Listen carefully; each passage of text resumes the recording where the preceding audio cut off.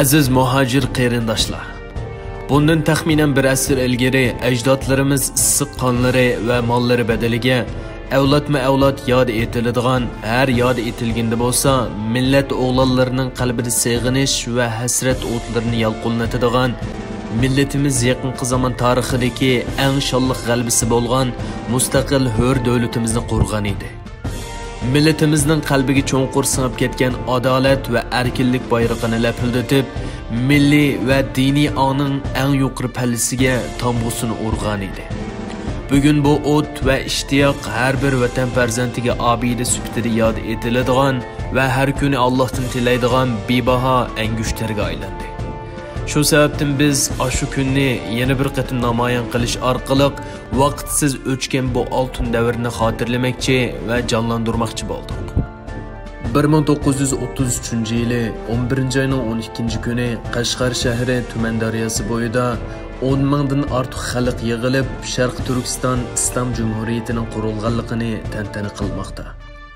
Baş vakil Sabit Damollam bu meydanda mustaqillik bayonnomasi va islomiy hukumat apparatining qurilganligini jakarlaydi. Qani, biz shu maydonga boraylik. Hukumat qurilishidagi maqsad, hukumatning birinchi vazifasi mamlakatimizda, yurtlarimizda, shahar va sahrolarda oylardan beri davom qilayotgan hukumatsizlik, o'z boshchiliklarni darhol yo'qotib, tinchlik va osoyishlikni joriy qildirishdir.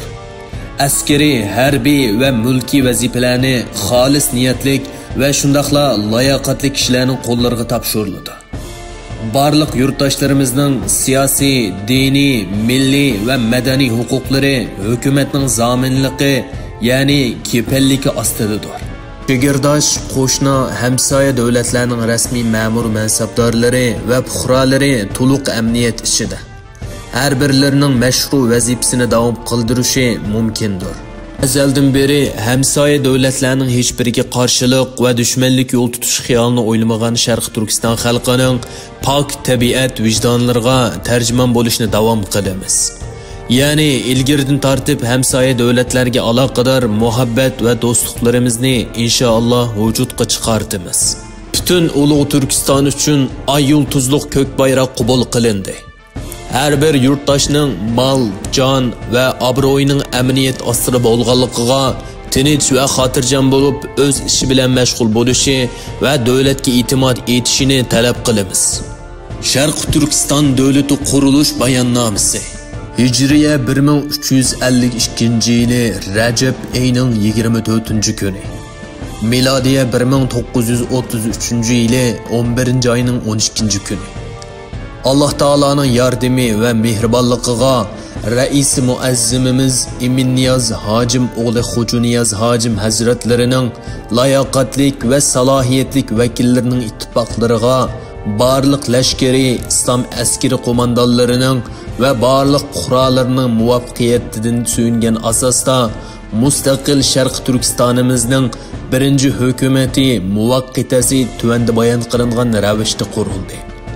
Başvekil Sabit Abdulbaqi, Daxiliye Naziri Said Zada Yunusbek, Xarijiye Naziri Qasimjon Haji, Maarif Naziri Abdulkarimxon Maxtum, Harbiye Naziri Askeri Emri O'rinbek, Avqof Naziri Shamsiddin Turdi Haji, Adliye Naziri Zirib Qari Haji, Ziraat Ticaret Naziri Ubul Hasan Haji Musabayev, Maliye Naziri Ali Axun Bey, Vekiller Hay'iti Mes'uli Haji Alam Axun, Hepsi Hissat Naziri Abdullah Khani.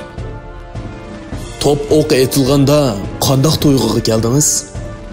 İzzat va sharaf tuyg'usi bilan billa hasrat va intilish qalbimizda uchrashdi. Shundaq mana bu bizning qalbimizni larzaga soldigan kun. İftixor va hasrat ichida aslaydigan kun. Shundaqla yana bir qatim bu hurlik va izzatga intiladigan toki islomning izzati bilan Sharq Turkistonimizni ozod qilguvchi bosh egmaydigan kun.